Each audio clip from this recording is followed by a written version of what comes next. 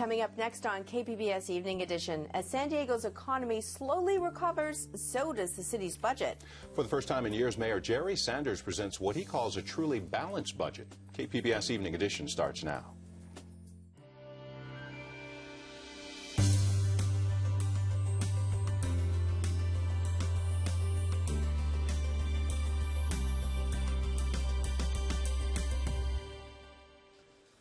Hello, thanks for joining us. I'm Joanne Farian. I'm Dwayne Brown. Mayor Jerry Sanders released his final budget proposal today for the city of San Diego. It includes no cuts to city services and more funding for public safety, but the mayor says the city isn't done yet with reforming or retooling its services. The fiscal health of any big city is often measured by the number of potholes that need to be filled. This week, City Council approved the mayor's recommendation to spend $30 million more to resurface an additional 60 miles of bumpy road. With his seventh and final budget proposal, Mayor Sanders says the Great Recession here is finally over. In many ways, this recession made us work harder, made us more creative, and forced us to deepen our commitment to real and lasting reform. The mayor's nearly $3 billion budget proposal includes restoring operating hours to city libraries and rec centers and increasing funding for public safety such as fire protection. One of the big improvements in this coming budget is replacement of our fire station alerting system. It lets the firefighters know there's an emergency, where they're going to go. That's been a big detriment to us because it could literally slow us down for each and every response that we have. The mayor's budget proposal also projects a nearly $120 million surplus in revenue growth over the next 5 years. Chief Operating Officer Jay Goldstone. With these surpluses, then future councils will be able to make the decision where they want to start prioritizing some of their spending. Mayor Sanders describes his budget proposal as very conservative and says he stands by his numbers. But we have a structurally sound budget for the first time any of us can remember. As I said before, that doesn't mean all of our streets are overlaid yet. We'll be working on those. But it does mean we have a plan in place and we can start restoring those services. Now, the mayor's budget still has to be reviewed by the city's independent budget analyst and then presented to the full city council. The contenders to replace Mayor Sanders weighed in on the budget plan today. Councilman Carl DeMaio says the city is still swimming in red ink. He says his own assessment shows a $50 million deficit. DeMaio says the mayor's budget ignores or underfunds several areas, including roads and infrastructure, redevelopment, overtime, and audits. In a news release, he says taxpayers deserve a budget that is balanced for real. You cannot simply ignore basic expenses or financial obligations that the city will incur throughout the year. He also says this mayor, meaning Mayor Sanders, deserves praise for achieving solid progress on many issues. However, as this analysis shows, we have much more work to do.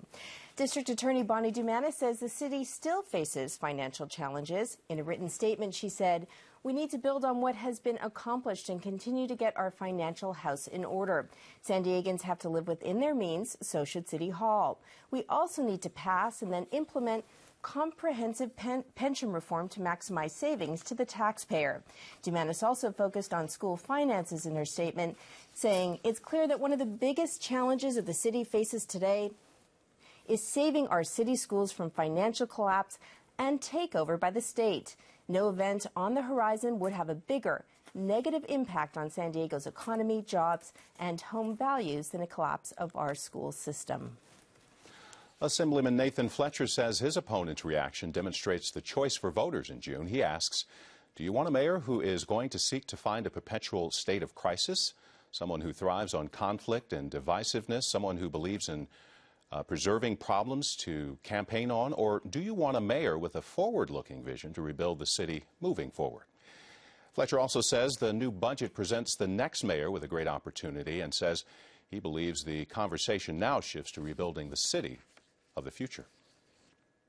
We also asked Congressman Bob Filner for his response to the mayor's new budget. So far, Filner has not issued a statement. However, he is scheduled to join us tomorrow night on Evening Edition to talk about his plans for San Diego's port and respond to a fact check claiming his plan misses the boat.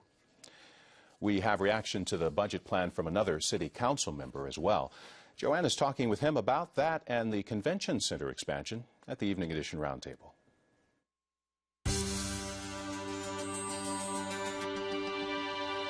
Mayor Jerry Sanders is projecting budget surpluses in the years ahead. wishful thinking, or finally a city with its financial house in order? And just who should control sales at the convention center? A public agency or a private company controlled by hotel and restaurant owners? Two big questions, and joining us to try and answer them is San Diego City Council member David Alvarez. He represents District 8, an area which extends all the way from Otay Mesa to Golden Hill. Thanks for being here. Thank you. So I want to talk about the budget. First of all, earlier today, the mayor released his proposed budget, and instead of cutting, he's actually adding, which is kind of unusual these days. How is he? First of all, what's he adding in, and how is he able to do this? Well, it's good news that we don't have to cut. It's the first year in a while that we don't talk about cuts, and that's probably the best news that comes out of this budget. However, that doesn't mean that we should be completely celebrating this, because while it's good news, over the last several years we have cut, and some of those cuts remain in this budget. We used to have more hours in our libraries, more hours at our pools, more hours at our rec centers. We used to have potholes that were filled faster than they are now. From 2 days, now it's 8 days. So some of the services are being restored, but not to the levels that I think San Diegans expect. And I think we've heard from some of the mayor's critics already that that they aren't returning to 2003 levels, these service hours, for instance, library and rec hours, despite hours being added.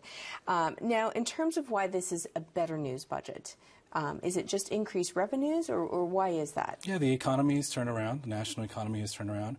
We're adding jobs. Unemployment rates aren't as high as they used to be. People are traveling. Tourists are coming to San Diego. They're spending their money here. They're staying in hotels, paying TOT. Property taxes have sort of stabilized because of the foreclosure issues. While it's still out there, it's not as big as it was in 08 and 07. So there's a lot of stabilizing that has occurred. And to be honest and to be frank, the council has had a lot of restraint over the last couple of years. It's done a good job of not overspending and really limiting ourselves. But again, it's come at an expense. We've had to cut services. And so the good news is we're not cutting. The better news would be we're adding a lot more services. We're going back to the levels we used to have. We're not doing that. You're not there yet. No. I want to touch briefly just on the surplus projection, because this was one of the first lines in the mayor's press release, projecting a $119 million surplus over 5 years. I want to show the numbers for the people at home here, that really actually in the fiscal year 13, no surplus being projected, but as we move further down the line, $67 million being projected in 2017 now. The mayor will be long gone by then. Is this some wishful thinking, or how do you do this? I mean, how do we know this will happen? Well, you know, these are all projections. Budgets are projections. We don't know what's going to happen over the next 5 years. We didn't know that the crash was going to occur back in 2001. We didn't know it was going to happen in 2008. So they're projections. We're hoping that the growth continues, a modest growth with sales tax, with property tax, with all the taxes that help us fund our services. But we don't know. If things stay the same as they are this year, yeah, we'll get to that number eventually. But then again, those services, they haven't been restored. We've cut a lot. Right. And if we want to get back to providing San Diegans the services that they used to expect, then perhaps that figure is going to be less. I want to move on quickly to the convention center now. We've heard there's a lot of controversy surrounding jobs and resignations, and were they really resignations? But really, the bottom line is what changed recently is it used to be a public corporation booked conventions at the convention center. Now that power is turned over to this private agency controlled by hotel owners and restaurant owners. You were the only one at City Hall who voted against this move. How come? Well, it was because the city was taking a lot of the risk, and we weren't maintaining some of the authority to control our risks. There was no safeguards for the taxpayers. Basically what happened, so people understand, because it's kind of a complicated one and kind of strange, but the city used to control all of the booking, the marketing that occurred, so that we can attract conventions to the convention center, which is a public entity. Now what's happened is we've given the control over of that authority to hotel owners, those who own hotels.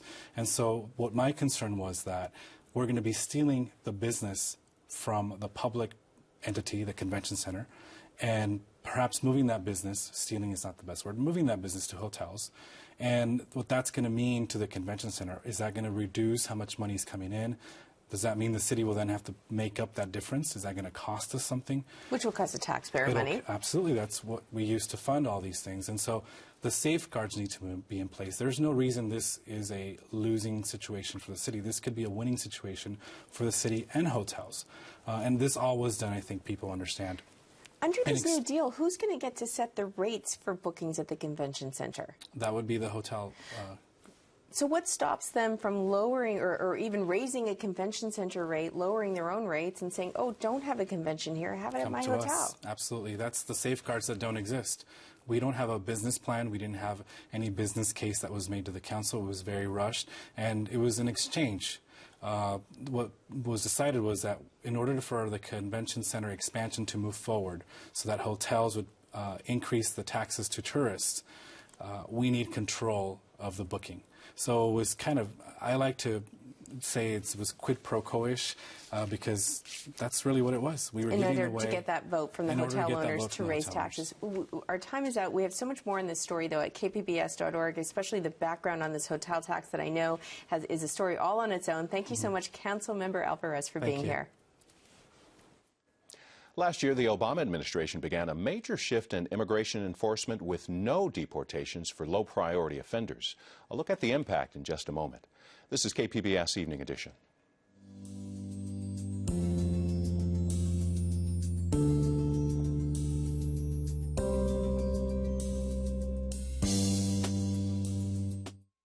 Tonight on KPBS, it's Explorer Wednesday. And at 8, Voices of the Sea reveals a surprising underwater world where sound takes the place of sight. Ocean Giants on Nature. Then at 9, April 2011, the worst tornado outbreak in the U.S. in decades. Nova looks at the science behind this outbreak. And at 10 on a new PBS series, America Revealed. From industrial to organic, meet the men and women who keep America fed. That's tonight on KPBS. They're symbols of the British monarchy. Grand buildings that have stood for centuries. Host Fiona Bruce tours the greatest royal places in England, uncovering incredible stories along the way. Secret passageways under Windsor Castle, the bombing of Buckingham Palace, why Queen Victoria relocated this grand marble arch. It's an amazing journey through the Queen's Palaces. Tour the Queen's Palaces, Monday at 9 on KPBS. KPBS Evening Edition is made possible by Joan and Erwin Jacobs and by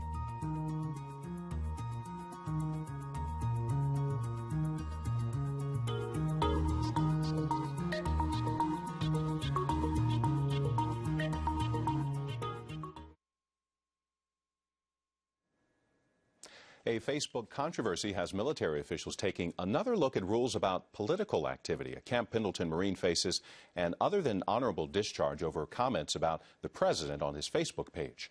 The Marine Corps tells the North County Times it's responding to a changing communications environment. It's asking the Pentagon to update the rules about social media. A parole board said no to mass murderer Charles Manson for the 12th time today. Manson did not appear at the hearing, where the parole board ruled he's made no effort to rehabilitate himself. He is serving a life sentence for the murders of actress Sharon Tate and 4 others in 1969. Manson won't get another parole hearing for 15 years when he'll be 92 years old.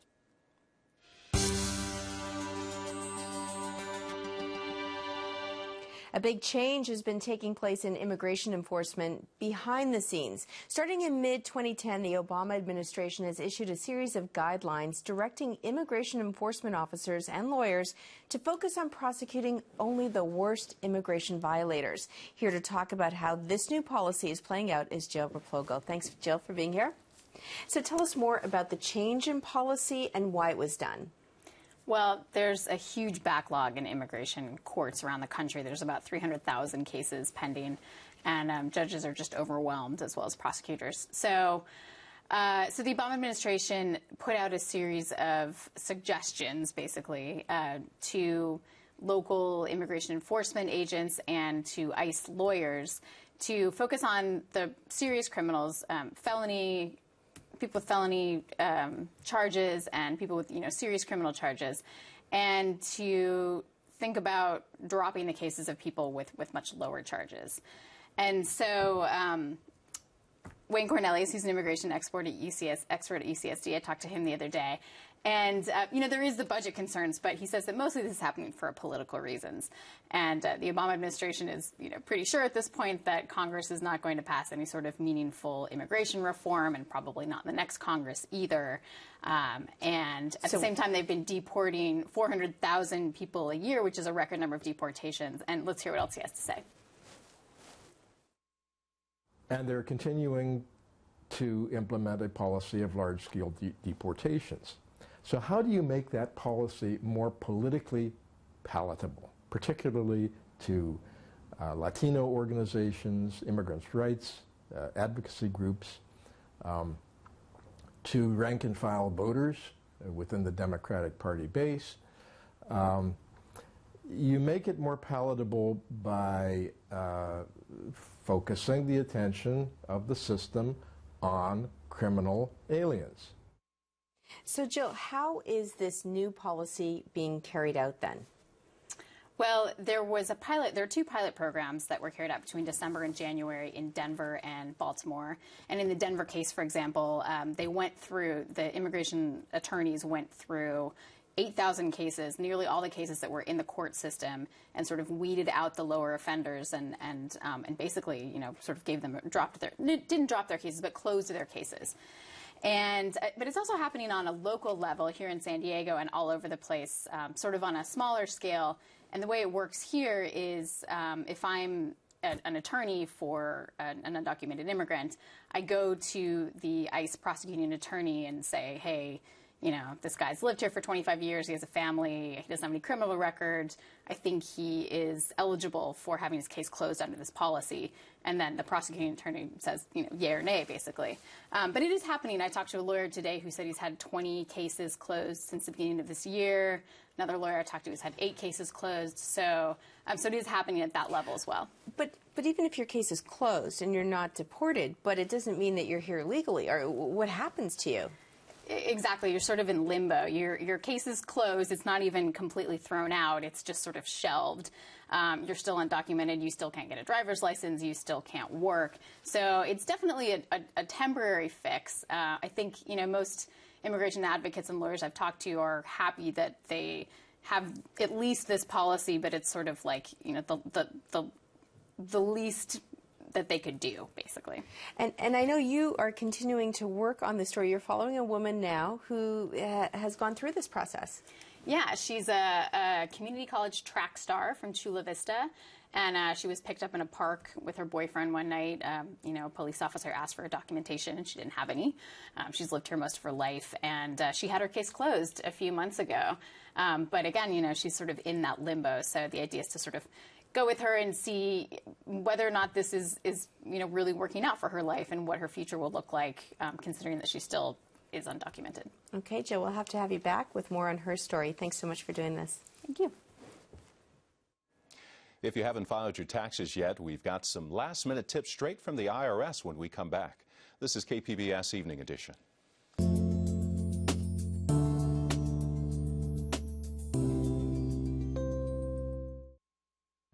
I'm Judy Woodruff. On the next NewsHour, the World Bank considers more than one candidate for its next president. That's Wednesday on the PBS NewsHour.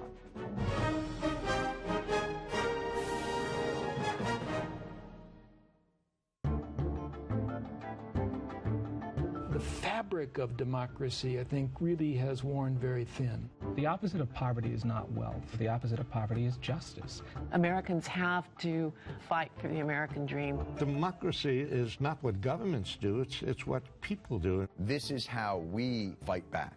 Moyers and Company. I'm Bill Moyers. Join me Friday nights at 10 on KPBS San Diego. The American people have named PBS the most trusted source of news and public affairs for the 8th year in a row. Trust. The American people have spoken. Thank you.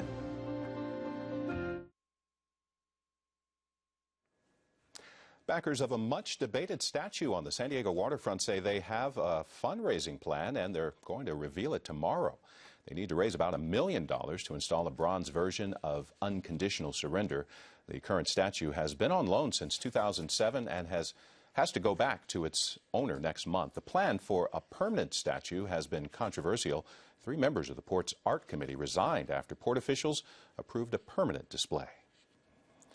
There could be fewer smoking sections at the next San Diego County Fair. The Fair Board has agreed to consider a phase-out of smoking sections. The fairgrounds have had 5 of them in all. 3 are public and the others are for workers. The county fair plans to make the venue completely smoke-free by 2014. The clock is ticking as the deadline for filing your tax return draws near. If you haven't filed yet, the deadline has been pushed to April 17th. Joanne has some last-minute tips from the Evening Edition Roundtable.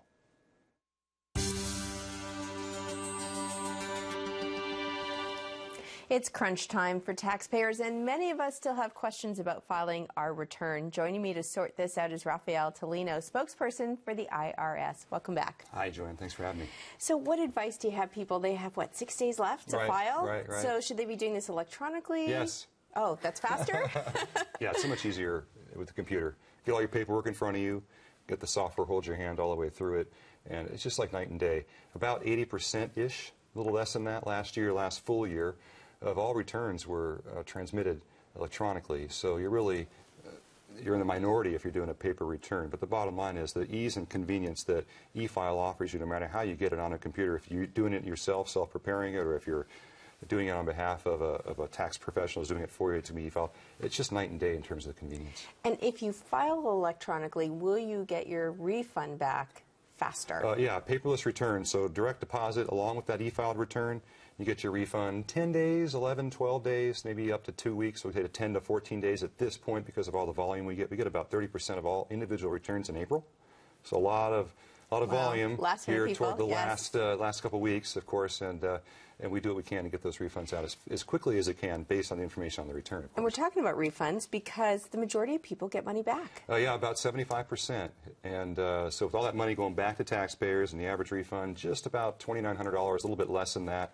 You got a lot of folks who are over withheld, so maybe not a bad idea if you're doing your taxes for 2011, maybe consider some tax planning in 2012. Bring the tax you pay closer to what you owe, and that way you don't get a big refund and give the government, so to speak, your money, which you could keep with yourself. Of course, ideally bringing it close to zero is not a bad idea, but we all have our own ways we go about things. So just a thought as as we consider taxes at this point. We were talking earlier, and you threw a number at me there that got across the country a total of about $340 billion was paid out last year. Yeah. So as you get the idea, we process about 140 million or so returns, probably a little bit more than that, 142.3 million.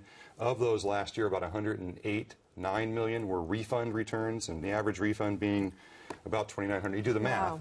And you get all this money going back. So, like I say, you can make some adjustments and have that money every month rather than at the end of the year. Right, as part of a bigger financial picture for you. So what do you do if maybe you really are not sure what you can deduct, you're not sure how to file? Is there help out there that maybe you don't have to pay for when filing your return? Yeah, the IRS website's a good spot. Of course, if you're going to a tax professional, they're going to alert you to what's in the code based on your situation. Okay, so you can take advantage of every deduction and credit. You should take advantage and not miss out. The software does the same thing. It asks you, it holds your hand all the way through. But if you're looking for some free help, IRS.gov has Free File. We're going to put that website up on the screen too. Which is a Free File is a program. Basically, if you have income $57,000 or less, you can use the software, and it'll hold your hand all the way through to do a federal income tax return. There's also some fillable forms, which is a little more for the advanced taxpayer, but still there's no income limit for it. Out in the community, we have volunteer income tax assistance. And if you go to one of those sites, and there are a whole bunch up and running, and that's for folks income $50,000 or less, generally simple returns, do call them, because as we approach the deadline here, I don't know what kind of volume some of them have, so they might want to hear from you first, so that way you can find out if they're really busy or not, so they understand who's coming and who's going. But certainly those options are available. The other thing is, finally, if I may just throw it out there, if you can't get it done, take the extension through October 15th to file your return, which is easy to request and gives you that extra time to file a return, not to pay. If you owe or you think you owe, the 17th is your deadline, but certainly make a payment, and then take the extension. So let me ask you about that. Yeah. What if you owe? What if you're not one of the people getting a refund and you owe and you can't pay everything by that deadline? What do you do? File a return, okay, and then pay something. Let the IRS know the position. Hey, I'm struggling. I can't take care of my financial situation. I really want to make this right. The IRS has a lot of solutions in place to help taxpayers in that position. So do file a return. Do pay something. Let us know, and let's work it out. And now, what if you sent your return already and you made a mistake? Can you get it back? What do you do? There's something called a 1040X, which is an amended return. A lot of folks do that. Either you miss something or you don't report something, like you get a 1099 late from some financial institution you'd already filed, kind of thing. Let the deadline pass here and then file a 1040X and take care of it that way. And we've got some more resources we just want to let people at home know about. Of course, they can go to the California Franchise Tax Board. Right. They can talk to someone there, and also an automated number, and also a website for that resource as well. So if you have questions and you need help, Raphael, Tulino, thank you so much for being here. You're welcome. Anytime.